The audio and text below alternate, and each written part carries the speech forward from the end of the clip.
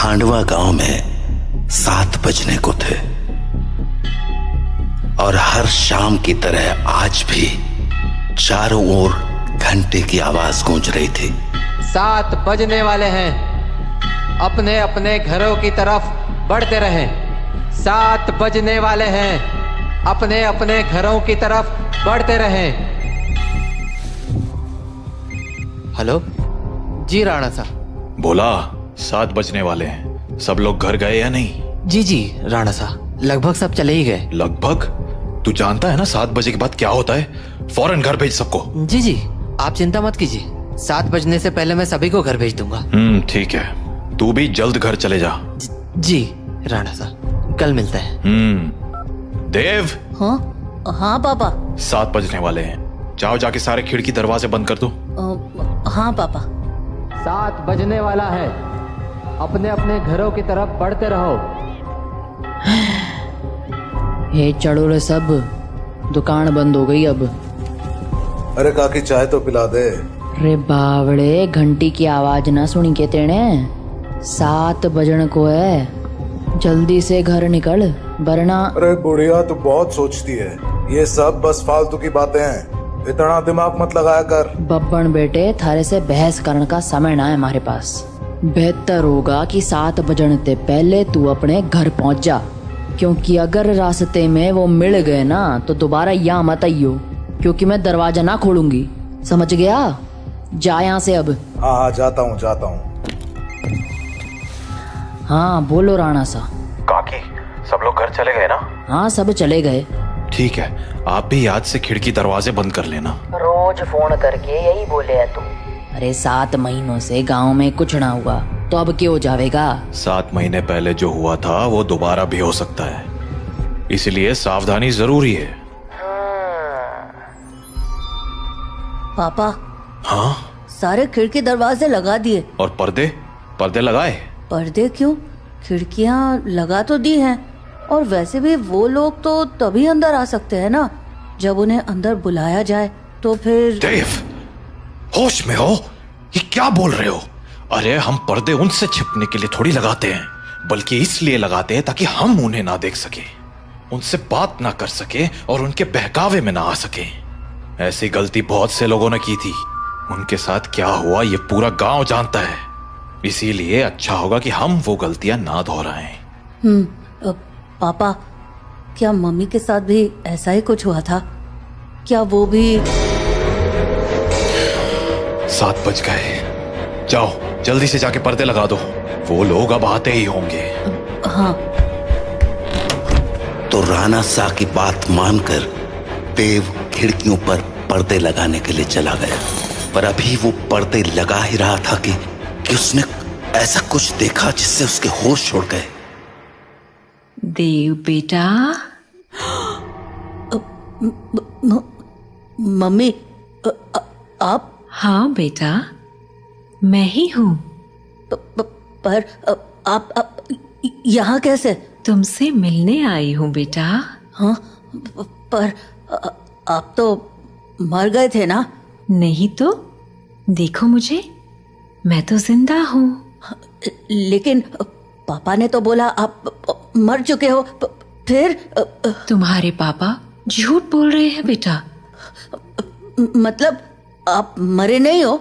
नहीं, मैं तो बस रास्ता भटक गई थी, आज बहुत मुश्किल से तुम्हारे पास आ पाई हूँ, बस तुमसे मिलने। हाँ?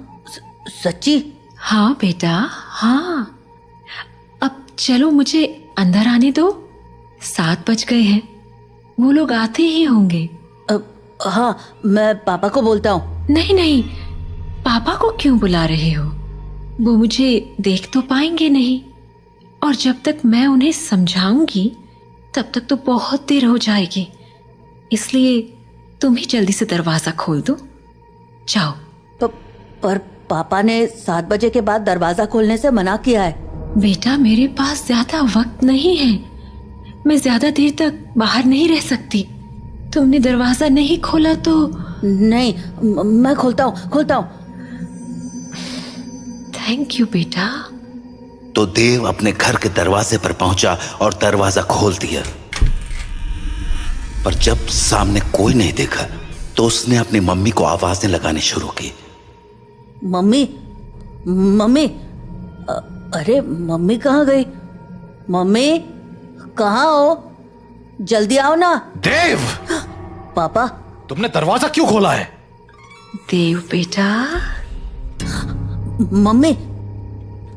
देव मम्मी को अपनी ओर आते देख ही रहा था कि तभी राणा शाह ने एकदम से लाइट्स बंद कर दी और लाइट के अचानक बंद होते ही देव पीछे पलटा तो उसके सामने अंधेरे में राणा शाह खड़े थे, जो देव को चुप रहने का इशारा कर रहे थे।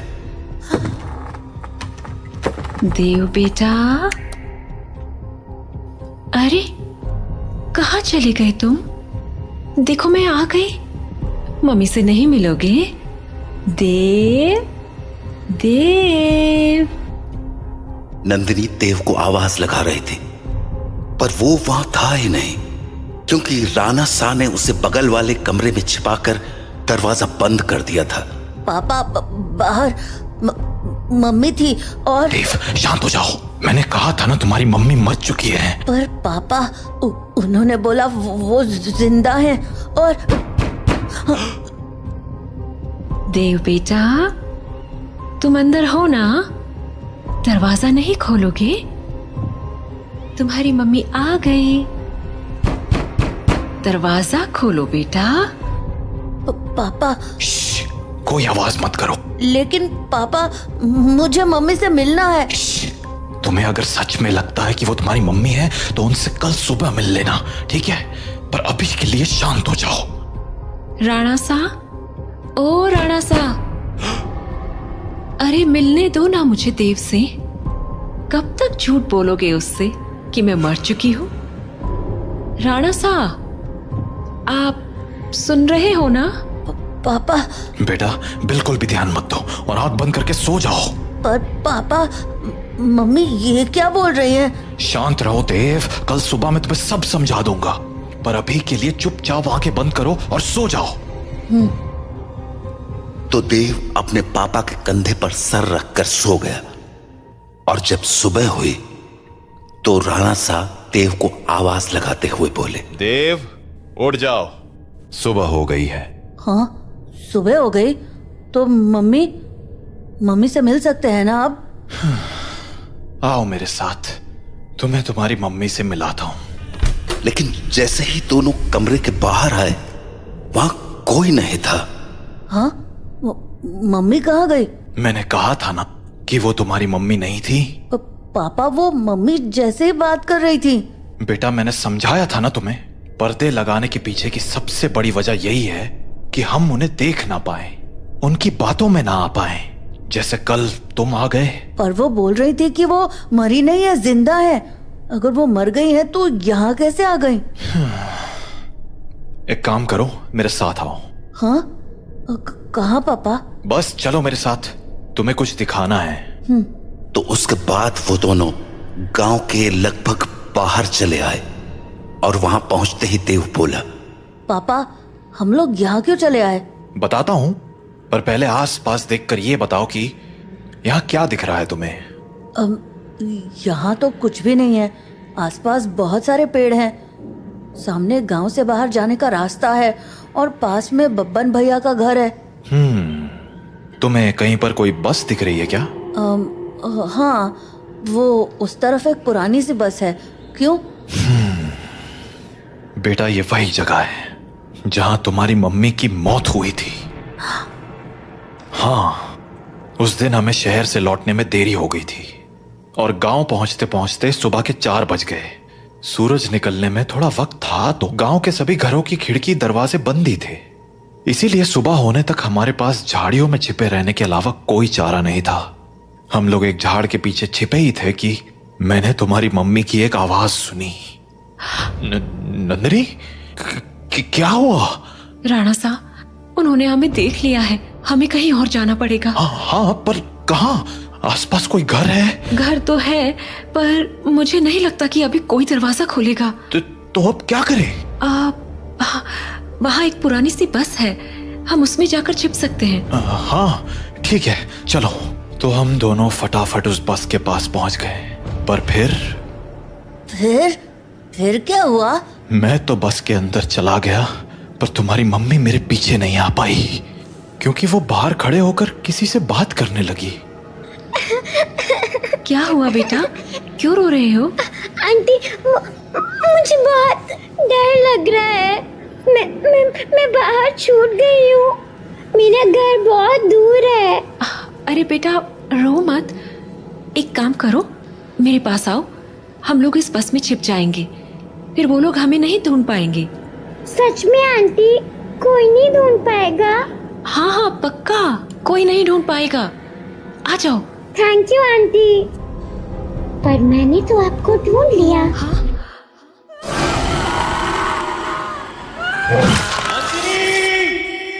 मैं नंदिनी को बचाने के लिए बस के बाहर जाने लगा, पर तब तक बहुत देर हो चुकी थी। बस को उन लोगों ने चारों तरफ से घेर लिया था। हेलो अंकल, बाहर आओ ना, खेलो हमारे साथ। और शायद मुझे देखकर हंसे जा रहे थे। हेलो अंकल, बाहर आओ ना, खेलो हमारे साथ। उन आवाजों को सुन मैं इतना घबरा गया कि अपनी जगह से हिल भी ना पाया। पर थोड़ी ही देर बाद वो आवाजें आनी बंद हो गईं और गांव के लोगों की आवाज सुनाई देने लगी। मैं समझ गया था कि सुबह हो चुकी थी, तो मैं बस के बाहर निकलकर तुम्हारी मम्मी को आवाज लगाने लगा।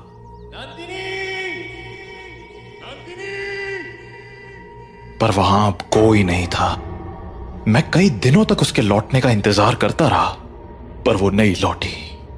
फिर जब गांव वालों ने मुझे बताया कि रात 7 बजे के बाद उन बाशिंदों के साथ नंदिनी भी शिकार पर आती है, तो मुझे इस गांव का एक गहरा राज समझ आया। क्या राज?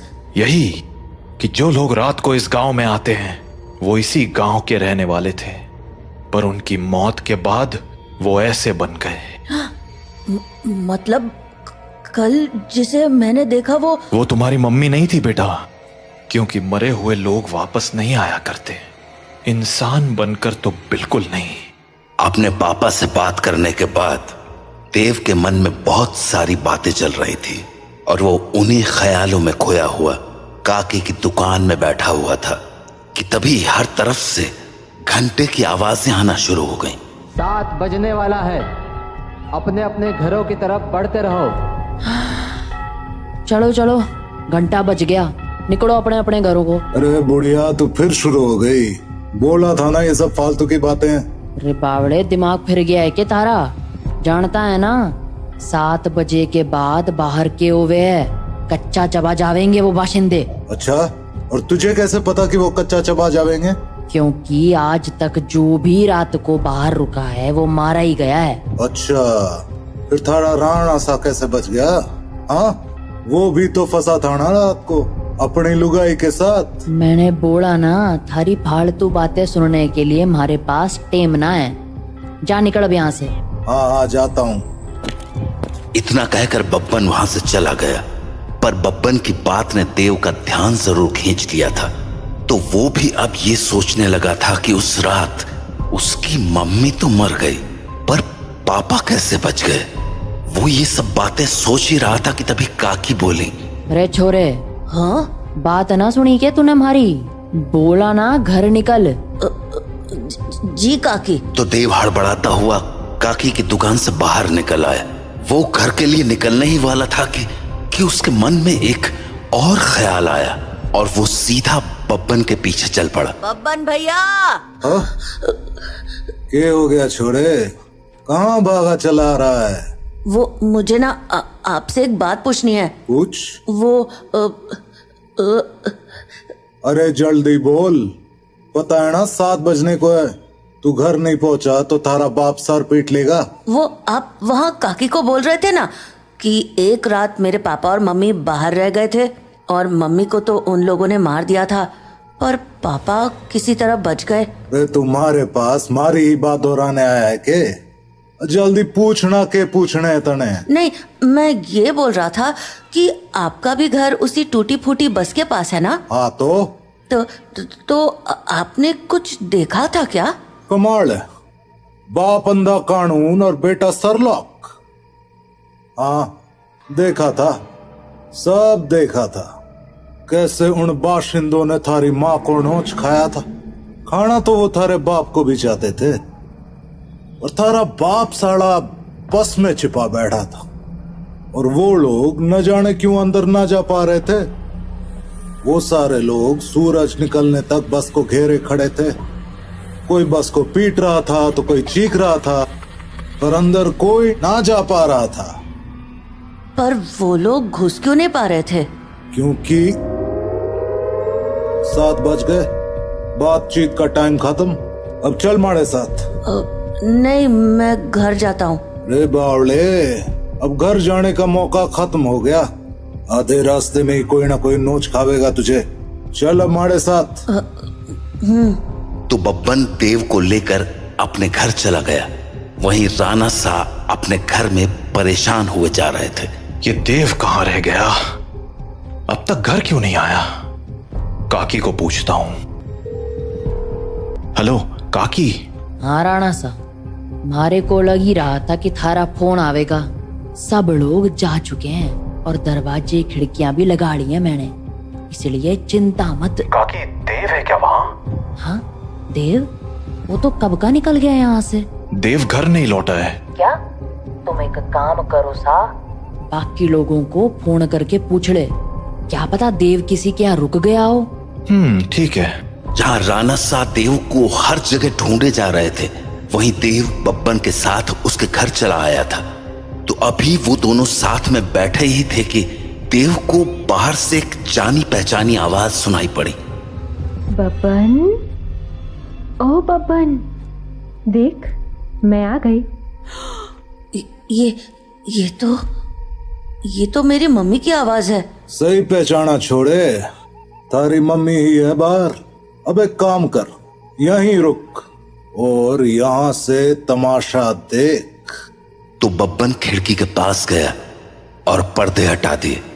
हाँ छोरी, बुला रही थी ना मने, ले देख मैं आ गया। कितना इंतजार कराता है तू। इंतजार? अरे अभी तो आई तू। मैं तो रोज ही आती हूँ, तू मुझसे कभी मिलता ही नहीं। अरे थारे से तो रोज बात करूँ हूँ मैं। हाँ, पर मिलने का मतलब बस बात करना थोड़ी होता है, करीब भी तो आना होता है ना। अच्छा, मारे करीब आना साथा ने। और नहीं तो क्या, खोल ना दरवाजा। कमाल है छोरी, तू भी अपने राणा सा को इतनी जल्दी भूल गई। जो राणा सा देखेंगे नहीं, वो उन्हें पता कैसे चलेगा। कमाल है तू भी। वैसे थारे बेटे का क्या, वो तो देख सके है ना। ओफो बब्बन, तू भी ये क्या बातें करने लगा। हम दोनों के बीच में किसी दूसरे का क्या काम। जाना, दरवाजा खोल देना, मुझे तेरे से अच्छे से मिलना है। अच्छा चल ठीक है, खोल ही देता हूँ दरवाजा अब। तो बब्बन दरवाजा खोलने जा ही रहा था कि देव बोला, बब्बन भैया दरवाजा मत खोलना, वो मेरी मम्मी नहीं है। अरे यो बात तो मने भी पता है, यो थारी माँ तो अब बिल्कुल ना रही। अरे बब्बन भैया, मैं सच कह रहा हूँ, वो इंसान नहीं है। वो इंसान है या नहीं, ये तुझे अभी पता चल जाएगा, तू बस देखता जा। तो इतना कहकर बब्बन ने दरवाजा खोल दिया और सामने खड़ी नंदिनी से बोला, हाँ छोरी, मिलना था ना तने मारे से, आजा अंदर आजा। बब्बन की बात सुनकर देव के तो होश ही उड़ गए, पर तभी कुछ अजीब हुआ। उसने देखा कि उसकी मम्मी दरवाजे पर तो खड़ी थी, पर दरवाजे से अंदर नहीं आ रही थी। क्या हो गया, रुक क्यों गई, आजा अंदर। नंदिनी कुछ देर तो वैसे ही खड़ी रही, पर फिर बोले,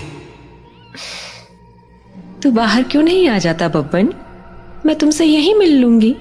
अरे अभी तो अंदर बुलाने को कह रही थी, अब बाहर बुला रही। देख छोरी, आना तो तुझे ही पड़ेगा, अब सोच ले। तू भी ना बब्बन, कितना इंतजार कराएगा, आ जाना बाहर। नंदिनी के जवाबों को सुनकर देव के मन में बहुत सारे सवाल उठने लगे थे, जैसे कि उसकी मम्मी घर के अंदर क्यों नहीं आ रही थी, और वो बार बार बब्बन को बाहर आने को क्यों कह रही थी। देव धीरे धीरे बब्बन के पास पहुंच गया, पर इससे पहले कि वो बब्बन से कुछ पूछता, उसे नंदिनी ने देख लिया और वो बोली, अरे बेटा देव, तुम भी यहाँ हो? आओ ना, मम्मी से नहीं मिलोगे? कल हम मिल नहीं पाए थे ना? आ जाओ, आज मिलते हैं। देखो, बाहर तुम्हारे साथ खेलने के लिए इतने सारे बच्चे भी हैं। हम खूब मजे करेंगे। आ जाओ बेटा। नंदिनी और उसके साथ उन बच्चों की टोली को देखकर देव को डर तो बहुत लगा, पर उसने नंदिनी की बातों पर ध्यान न देते हुए बब्बन से पूछा, बब्बन भैया, दरवाजा तो खुला है और आपने मम्मी को अंदर आने को भी बोल दिया है, फिर वो अंदर क्यों नहीं आ रही हैं? और ये बच्चे भी बाहर ही खड़े हैं, क्यों? समझदार लगे तू, सही सवाल पूछना जाने। हाँ, मतलब यो कि जिस रात मैंने थारी माँ को मरते हुए देखा, उस रात मैं भी यही सोच रहा था कि आखिर इन बाशिंदों ने थारे बाप को क्यों नहीं मारा, वो बस के अंदर क्यों ना गए। तो अगली सुबह मैं बस के अंदर गया, ये देखने कि आखिर वहां ऐसा था क्या जिसने उन बाशिंदों को रोक दिया था। पहले तो मुझे कुछ समझ नहीं आया, पर फिर मुझे जवाब मिल गया। क्या जवाब? वो देख। हाँ? यो है रुद्राक्ष की माला। यही वो चीज थी जिसने थारे बाप की जान बचाई थी। बस के अंदर यही लटकी हुई थी। मने इसके पीछे की वजह तो ना मालूम है, पर इतना जरूर पता है कि इस रुद्राक्ष की माला को दरवाजे पे टांग दो तो ये साले चाके भी घर के अंदर नहीं घुस पाएंगे। सच में? और नहीं तो के। तो आपको पक्का पता है कि ये इसी रुद्राक्ष के कारण अंदर नहीं आते हैं? रुद्राक्ष उतार के दिखाऊं? देखेगा क्या होता है? हाँ? नहीं नहीं नहीं। छोरे, यो कोई पहली बार नहीं कराया मैंने। सारी जांच करने के बाद ही अपने दरवाजे पे टांगा है इस रुद्राक्ष को, समझ गया? ये ले, थारे बाप ने फोन मिला दिया। हेलो, हाँ राणा सा, हाँ हाँ, चिंता ना करो, थारा छोरा हमारे पास ही है और पूरी तरह सुरक्षित है। चलो, शुभ रात्रि।